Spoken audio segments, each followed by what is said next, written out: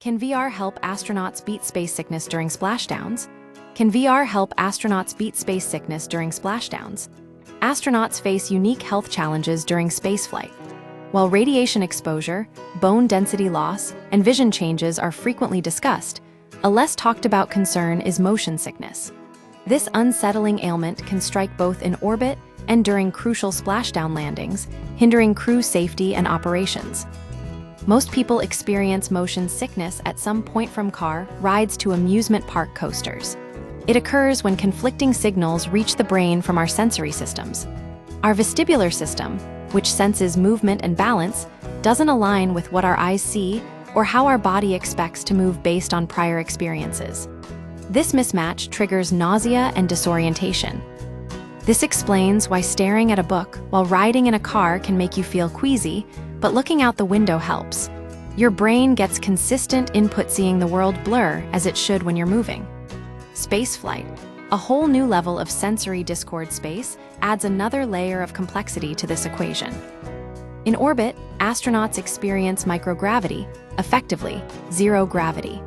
Their vestibular system lacks the usual gravitational cues from Earth, creating a fundamental clash with their brain's ingrained expectations. This leads to space motion sickness, which can affect up to half of all astronauts during their initial time in space. Symptoms range from nausea and dizziness to vomiting and fatigue, all while performing complex tasks aboard a fragile spacecraft. Coming back down, a new type of motion sickness, but the problems don't end when an astronaut returns to Earth. Since capsules often splash down into choppy waters, astronauts face another round of sensory confusion as they readjust to gravity. This is known as terrestrial readaptation motion sickness. Imagine trying to focus on emergency procedures while battling nausea from uneven waves and a returning sense of weight. Beyond medication, a virtual solution.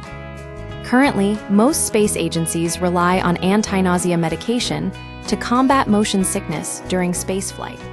However, these drugs have drawbacks like drowsiness and potential for reduced effectiveness over time.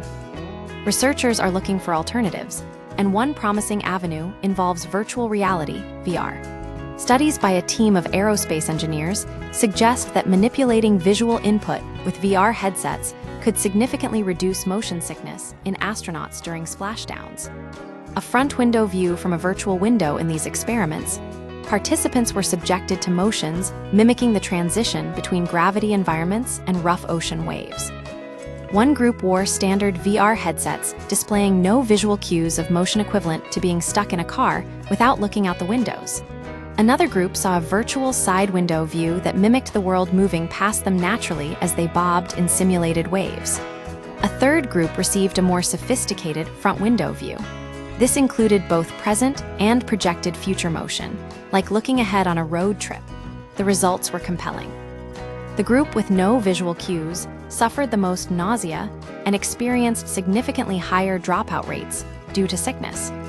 Those with the side window view showed moderate improvement, but those with the front window view were faring the best, with roughly 90% completing the simulated wave motion without needing to stop prematurely. A safer splashdown.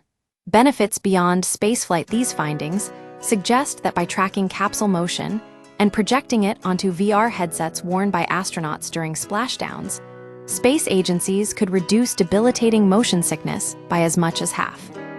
In an emergency, these headsets can be quickly removed. This research not only benefits astronauts, but also has potential applications for anyone prone to motion sickness. Think passengers on long flights, trains, or boats, where looking out the window isn't always feasible. The quest for a pharmaceutical-free solution to this common yet disruptive ailment seems to have found promising allies in technology and virtual environments.